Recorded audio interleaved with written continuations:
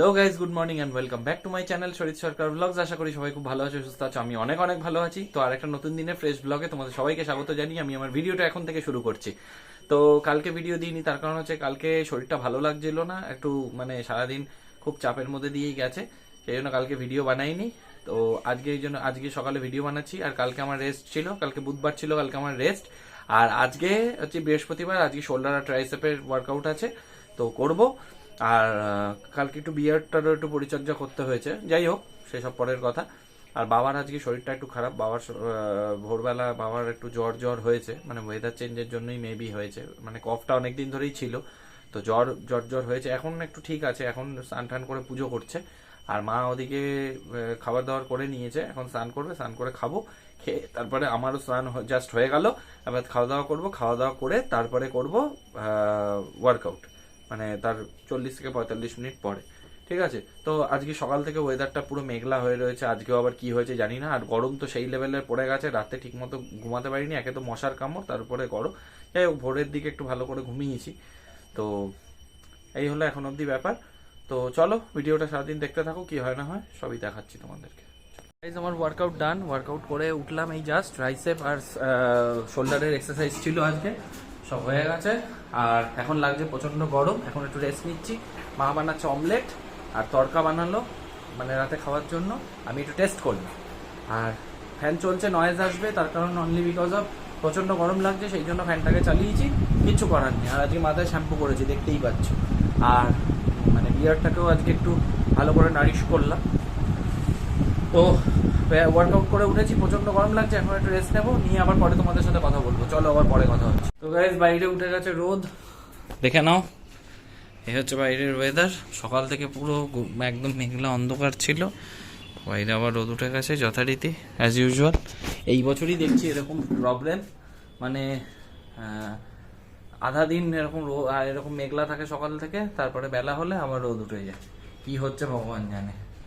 আসলে সবকিছু মানুষের সাথে সাথে সবকিছু, ওয়েদারেরও সবকিছু পরিবর্তন হচ্ছে।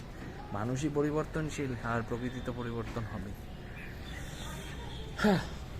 মানুষই সময়ের সাথে সাথে রং বদলে পরিবর্তন হয়ে যায় গিরগিটির মতো। পরিবেশ তো বদলাবেই না, ডেফিনেটলি বদলাবে মানুষের সাথে সাথে। আমার ওয়ার্কআউট হয়ে গেছে, আর ওদিকে রান্না বান্না সব কমপ্লিট। আর নিচে চলে গেছে কাজ টাজ করতে, একটু পরে আমি লাঞ্চ করব। লাঞ্চ টাচ করে উঠে একটু রেস্ট নেবো, নিয়ে আবার বিকেলে উঠে আবার কথা বলবো তোমাদের সাথে। তার আগে যদি চান্স পাই তো ডেফিনেটলি কথা বলবো। একটু কাজ করছি, কাজের মধ্যে রয়েছি, তো তাই ভাবলাম তোমাদের সাথে একটু কথা বলবো। তো বেশ, লাঞ্চ হয়ে গেল, আর মা এখনো খাচ্ছে। আমার আর বাবার হয়ে গেছে। আর বাবার শরীরটা খারাপ, তোমাদেরকে যেরকমটা বললাম, সর্দি কাশি, একটু জ্বর জ্বর হয়েছে। তো বাবা চলে গেল, রেস্ট নেবে, আর শরীরটা উইক হয়ে রয়েছে। আর খাওয়া হয়ে গেছে, বাসন টাসন মোটামুটি অলমোস্ট ধোয়া কমপ্লিট। আর এখন আমি যাবো নিচে গিয়ে একটু রেস্ট নেবো, নিয়ে বড্ড টায়ার্ড লাগছে, কারণ দুটো পোর্শনের ওয়ার্কআউট করেছি, একদম ফুল টায়ার্ড। তো আবার গিয়ে রেস্ট করবো, আর বিকেলে তোমাদের সাথে আমার কথা হবে। চলো। তো এখন হয়ে গেছে প্রায় সন্ধ্যের কাছাকাছি, প্রায় 5টা বাজতে যায়। আর আজকে যেরকমটা জানো, বৃহস্পতিবার, আজকে হাটবার দিন।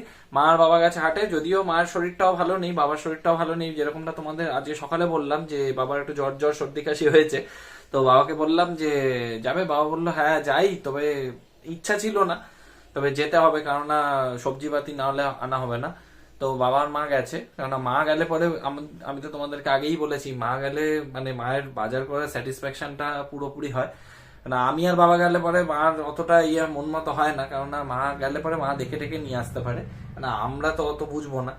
তো যাই হোক, মা আর বাবা গেছে, বেশ কিছুক্ষণ হয়ে গেছে গেছে। তো আমি এখন চলে যাব উপরে সন্ধে দেওয়ার জন্য, অ্যাজ ইউজুয়াল। তো এখন তো বাইরে আবার মেঘলা করে এসছে। সারাদিন তো দুপুরের দিকে একটুখানি রোদ উঠেছিল, ওই নামমাত্র। আর আজকে টি শার্ট দুটো, এই টি শার্টটা ওই টি শার্টটা আমি জাস্ট ওয়াশ করবো, সেইটা পারিনি। এই টি শার্টটা পরছি, এটা ওয়াশ করে দিতে হবে। তো কি করব, কিছু তো করার নেই। আর সব থেকে বড় কথা হচ্ছে গিয়ে, বাড়িতে না কারো শরীর ভালো না থাকলে না, মনটাও ভালো লাগে না, কিছুই ভালো লাগে না। আর এখন এই সিজনে পক্স টক্স তো হতেই থাকে বসন্তের সময়। তো সবাইকে বলছি, সবাই খুব সাবধানে থাকো, সাবধানে চলাফেরা করো। তো এই হচ্ছে ব্যাপার। তো খুবই কষ্ট, বুঝি আমি এটা। যাই হোক, যাই উপরে, তারপরে গিয়ে তোমাদের সাথে আবার পরে কথা বলছি তোমাদের সাথে। চলো। আর আমি এখন ছাদের দিকে উঠছি। এই সিঁড়ি দিয়ে ওঠার সময় এইখানে ফার্স্ট এই জানলাটা, মানে ওদিকে একটা জানলা আছে তোমরা যেরকমটা জানো, এইদিকে জানলাটাকে বন্ধ করলাম আর এখানে লাইটটাকে জ্বালিয়ে দিয়েছি। আর উঠছি এখন উপরে। আজকে সারাদিনে একবারও আসিনি গাইজ উপরে। তো এই হচ্ছে বাইরের অবস্থা।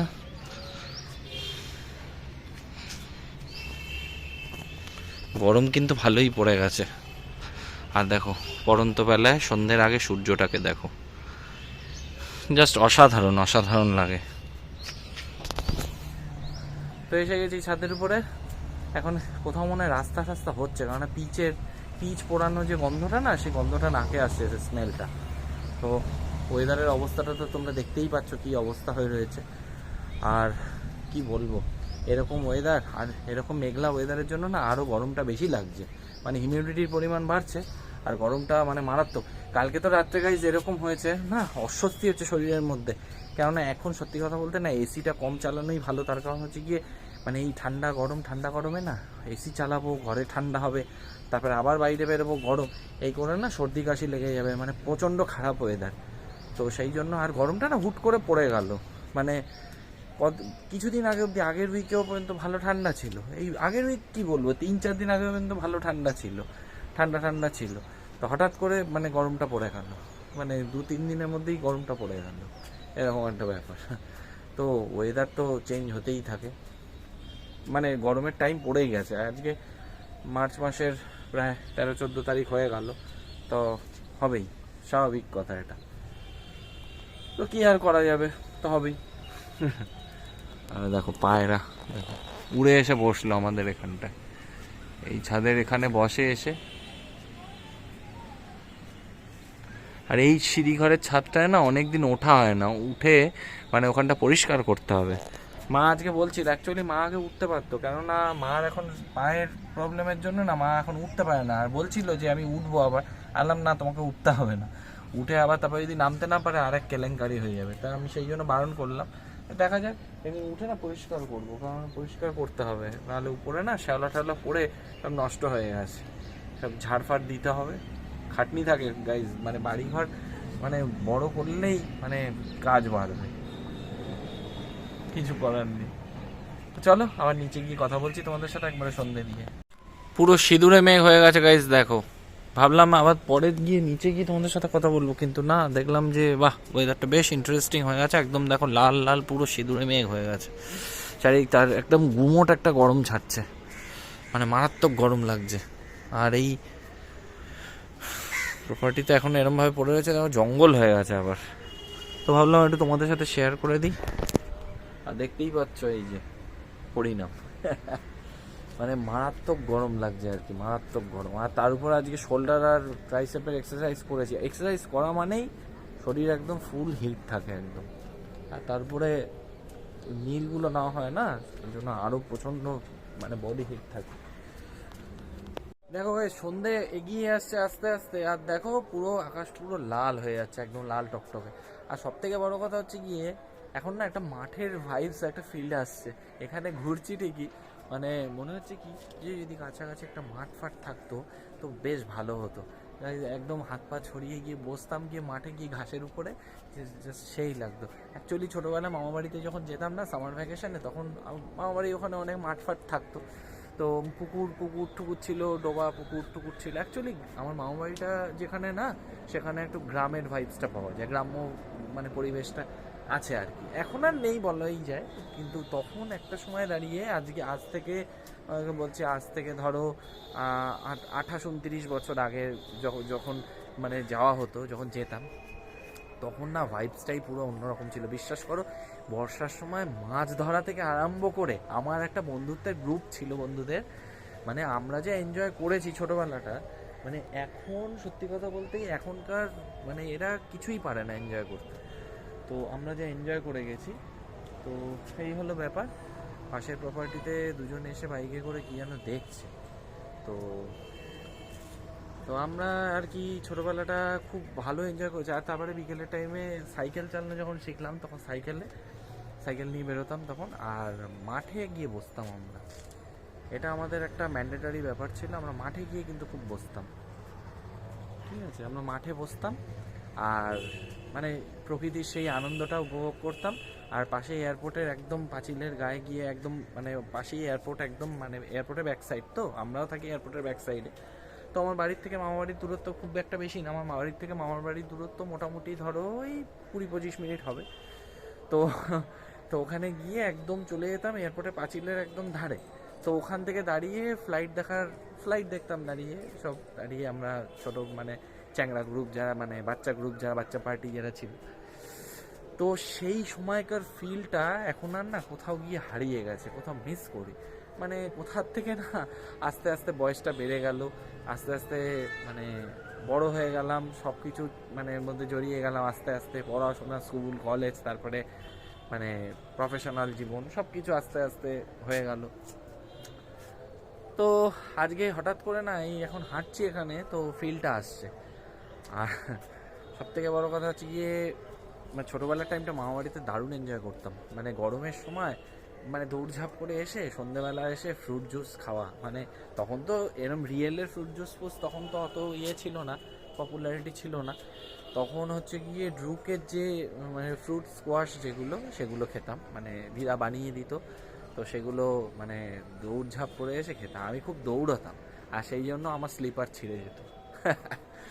তাই মনে পড়ে গেল, তাই তোমাদের সাথে একটু শেয়ার করলাম, ছোটোবেলার কিছু মেমোরিজ তোমাদের সাথে শেয়ার করলাম। এরকম শেয়ার যখন মনে পড়বে না তখন টুকটুক করে তোমাদের সাথে শেয়ার করতেই থাকি আর করতে থাকবো ডেফিনেটলি। আর এতক্ষণ এয়ারবাডস লাগিয়ে কানে একটু গান শুনছিলাম, আর সবসময় কানের মধ্যে ওটা দিয়ে রাখলে কানটার 12টা বেজে যাবে, সেটা আমি পুরো ভালোভাবে বুঝতে পারছি। আর মা বকাবকি করে, বলছে সবসময় যদি ওটাকে কানে দিয়ে রাখিস তাহলে ডাকলে পরে তো শুনতেই পারবি না। আমি ভেবে দেখলাম হ্যাঁ ব্যাপারটা তো ঠিক, সবসময় যদি কানে দিয়ে রাখি তাহলে তো সত্যিই শুনতে পারবো না। তো কী করা যাবে, মানে ওটা একটা অ্যাডিকশানে পরিণত হয়েছে আমার গান শোনাটা। অ্যাকচুয়ালি গান আমার শুনতে আগাগোড়াই ভালো লাগে, তো কী করা যাবে, কিছু তো করার নেই।